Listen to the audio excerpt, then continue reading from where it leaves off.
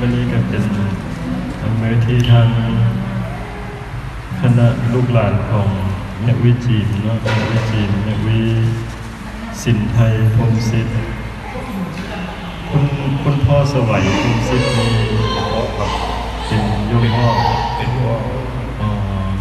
โยมพ่อจีนอันผู้ใหญ่แจ๊บนี่เป็นไอ้กบเหรอไม่ครับไอ้กบหมู่เลยเนาะไอ้กบเป็นผู้ใหญ่บ้านอันท่าสิริขันธ์เนาะก็สบายดีเนาะอยู่บุญกันเลยสบายดีเนาะเกี่ยวกับเรื่องโควิดนี่เลยฮะอันฉีดวัคซีนเหรอการฉีดอันนี้เกิดเมื่อวานเนี่ยไปฉีดมีพระ4 รูปไปฉีดเพราะว่าทางอำเภอมันก็แจ้งมาให้พระไปฉีดฟรีก็ไม่ได้ลงทะเบียนอันไม่ออกแม่ตนได้บ้านได้เมืองเนี่ยจะฉีดหลายเลยเรียงคิวเหมือนยาวอ้อมลงบางนี่แหละเรียงคิวกันฉีดแล้วก็บ่เป็นอย่างฉีดแล้วก็เลยหมอมันกับมือนิ่มขนาดเลยมือเบาฉีดอันปุ้งเมื่อเลยมีอาการอะไรบ้างอาการก็ฉีดเพี้ยๆหน่อยนึงแต่ว่าไม่ได้เป็นอะไรไม่ได้ซักเข้าอะไรแต่ว่าคนกระเจ้ารู้สึกว่ากระตือรือร้นที่จะไปฉีดหลาย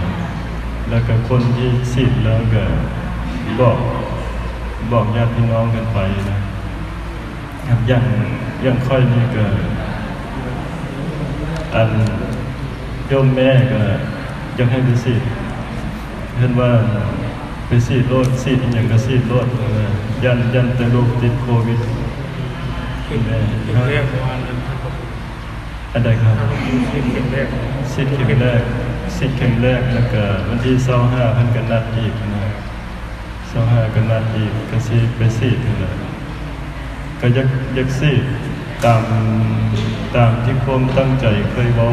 กับออกตนญาติโยมว่ายาคูเป็นคนที่ไปงานเลื้อยอยู่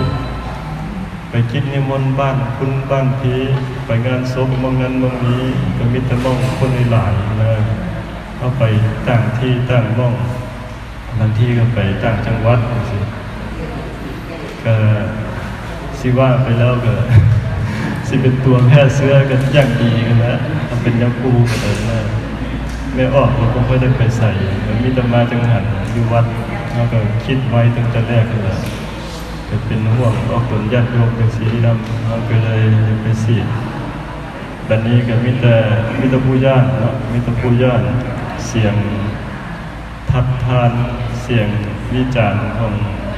แต่ละคนก็เป็นตะย่านตะกลัวแต่ว่า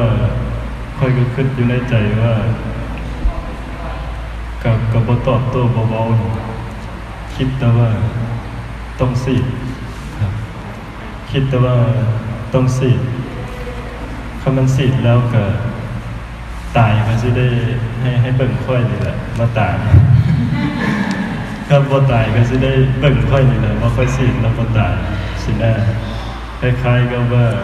อยากเสียสละให้คนทั้งหลายได้ยินได้เบิ่งสินะ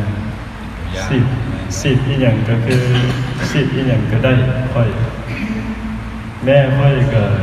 อยู่ฝรั่งพี่น้องอยู่เมืองนอกเขาเจ้าก็สิทธิ์แล้วเพิ่นก็บอกให้สิทธิ์อีหยังก็สิทธิ์บ้านเฮามีหยังก็สิทธิ์เพิ่นว่าขอแต่ว่าบ่อยากให้ลูกติดโควิดเพิ่นก็ว่าอันนี้ก็ครูบาอาจารย์ที่เฮาเคารพนับถือก็มีแต่ผู้บอกให้สิทธิ์แต่ว่าครูบาอาจารย์ที่ทั่วไปก็เว้าไปต่างๆนานาแต่ว่าคนที่ฮักแพงเฮาอีหลีก็มีแต่อยากให้ฉีดอันนี้ค่อยได้ฉีดแล้วค่อยก็ดีใจครับดีใจก็ได้มานั่งเว้ากันโยมฟังนะครับดีใจก็ได้เป็นตัวอย่างครับได้เป็นตัวอย่างให้คนที่เพิ่นบ่กล้าเพิ่น เพิ่นห่วงเพิ่นย่านเพิ่นกังวลสินะแล้วคนทั้งหลายก็เจ้าก็ไปสีดเพื่อคนทั้งหลายพร้อมครับสีดเพื่อประชาชนเพื่อลูกเพื่อหลานเพื่อพ่อเพื่อแม่เพื่อปู่เพื่อย่าเพื่อคนที่บ้านที่เมืองนั่นแหละค่อยก็ขึ้นจังซั่นล่ะครับบ่ซั่นก็บ่บวชเลยเบิดบ้านก็บ่มีผู้บวชเลยดีเฮาบวชเฮาอยู่ก็ต้องอาศัยความเสียสละอาศัยความเด็ดเดี่ยวกว่าสิได้สิเป็นสิมาก็ต้องผ่านอุปสรรคคำเว้าของคนต่างๆผู้นั้นเว้าจังซั่นผู้นั้นเว้าจังซี่เราก็ต้องจำเป็นต้องได้มั่นคงกับความคิดที่เราคิดว่ามันดีเพื่อเจ้าของเพื่อส่วนรวมเพื่อบ้านเพื่อเมืองเพื่อเป็นตัวอย่างตายก็ตายให้เห็นเป็นตัวอย่าง เมื่อคืนนี่ก็นอนต้มพระคุ้มนี่แหละเอาประคมคุมแล้วก็คุมหัวนั่นครับการว่าตายก็ถ้าคุมหัวงามๆเลยนะก็บ่ตายได้ล่ะหน้าต่างก็บ่ได้ล็อกกระเทือมันตื่นเช้ามาบ่เห็นคนก็ไปเปิดหน้าต่างแล้วก็คิดเพื่อไว้แต่ว่าความตั้งใจก็เพื่อเป็นตัวอย่างครับคนแนวคนบ่กล้าค่อยก็มักเลยค่อยมันคือย่านแท้คนมันคือยากมันคือหลายเรื่องหลายเรื่องกว่าที่จะเฮ็ดตัดสินใจเฮ็ดอย่างลงไปได้ต้องสู้รบมือกับความคิดของเจ้าของบัดเฮ็ดผ่านลงไปแล้วเด้อเป็นอีกแบบหนึงบัดนี้มันก็คือเป็นอีกแบบหนึงก่อนที่สิเฮ็ดสิทำอย่างลงไปก็อุปสรรคเกิดขึ้นในหัวสมองในคำเว้าในเสียงต่างๆมีแต่คนนั้นยากเรื่องอันนี้ไปได้อันนี้ก็เลยเว้ากันฟังสำหรับมื้อนี้ก็ขออนุโมทนาเด้อกับครอบครัวขอบคุณญาติโยมลูกหลานของแม่อุ้ยจีบแม่อุ้ยสินไทยพรหมสิทธิ์แล้วก็คุณพ่อสวัยพรหมสิทธิ์ที่มีลูกหลานญาติพี่น้องได้รวมตัวกันเป็นครอบเป็นครัวเป็นญาติพี่น้องต่างที่ต่างห้องกันมารวมกันทำบุญโดยการนำของผู้ใหญ่ประจักษ์พรหมสิทธิ์นะครับเนาะเป็นผู้ใหญ่บ้านท่าสิริขันธ์ก็นำพาน้องลูกหลานญาติโยมสุขคนตั้งใจทำบุญอุทิศส่วนกุศลให้กับคุณพ่อสวัยพรหมสิทธิ์คุณแม่สินไทยพรหมสิทธิ์คุณยายลาพรหมสิทธิ์คุณแม่แดงศรีวิไลคุณพ่อบุญมีศรีวิไลนายเวียงมาลีศรีวิไลนางคำฟองโพธิกมลคุณยายบุญชูมากฐินคุณตามอนมากฐินคุณตาเสียงมากฐินคุณตาหุ้งพรหมสิทธิ์แล้วก็ลูกชายที่ล่วงลับไปแล้วก็พร้อมญาติพี่น้องสุคนที่ล้มหายตายจากไปแล้วก็อุทิศส่วนกุศลให้กับเจ้ากรรมนายเวรทั้งหลายที่เคยได้ร่วมเกินกันมาด้วยกายด้วยวาจาด้วยใจอาตมาภาพก็ขออาราธนาบารมีคุณพระศรีรัตนตรัยพร้อมด้วยสิ่งศักดิ์สิทธิ์ทั้งหลายและก็บุญกุศลที่ออกผลญาติโยมสุคนได้เฮ็ดได้ทำในวันนี้ก็ขอให้ฮอดให้ถึงแก่พระอุ้ยสวัยพรหมสิทธิ์แม่สินไทยพรหมสิทธิ์และก็ญาติทั้งหลายที่ได้กล่าวนามไปแล้วที่ล่วงลับไปก็ขอให้ได้ฮอดได้ถึงหากแม้นว่าวิญญาณตกทุกข์ได้ยากก็ขอให้พ้นจากความทุกข์ทั้งหลายหากแม้นว่ามีความสุขอยู่แล้วก็ขอให้มีความสุขยิ่งขึ้นไป แล้วก็ขอให้บุญกุศลทั้งหลายที่ได้เห็นได้ทำนี้กาสะท้อนย้อนกลับมาหาเอาตนญาติโยมสุขผู้สุขคนให้มีแต่ความสุขกายสบายใจปราศจากทุกโศกโรคภัยเจริญในชีวิตหน้าที่การงานเจริญด้วยจตุรพิธพรชัยทั้ง4ประการมีอายุวันนะสุขะพละปฏิภาณหากแม้นว่าปรารถนาสิ่งใด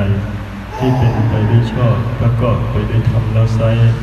ขอความปรารถนานั้นๆจงพันสำเร็จทุกประการโดยทั่วกันทุกท่านทุกคนด้วยเถิดต่อไปตั้งใจรับพรเด้อยะถาวะริวหาปุรังกวิปุติสาคารังเอวะอิโตทินังเปตานังอุปกัปปติ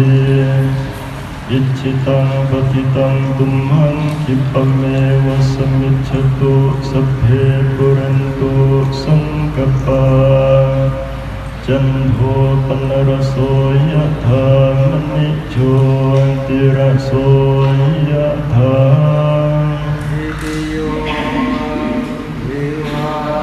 จันตุสัมภโรโควินาศตุมาเตภวัตวันตรายโยสุขีทีขายุโกภวะอภิวาสิริสนิจังวุฒาปัจจายโนจันตารโธรรมวัฏันติอายุวันโนสุขัง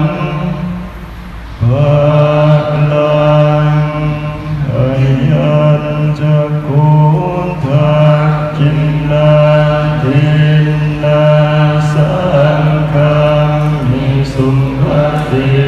ทิตาคารันตังหิตายาสัทธานาโสอุปกัมปติโสยาติธรรมโมจะอายังนิทันสิโตเปตานะกุจักตังอุลารังพลันจะหิคุณนัมมนุปทินังตุมเหปุญญังปัสสุตังอนัตตกันติโหตุสัมภมังคลังรักขันตุสัมปเทวตาสัมปพุทธานุภาเวนะสัทธาสุนทิภวันตุเตภวันตุสัมภมังคลังรักขันตุสัมปเทวตามานุภาเวนะสัทธาสุนทิภวันตุเตภวันตุสัมภมังคลังรักขันตุสัมปเทวตา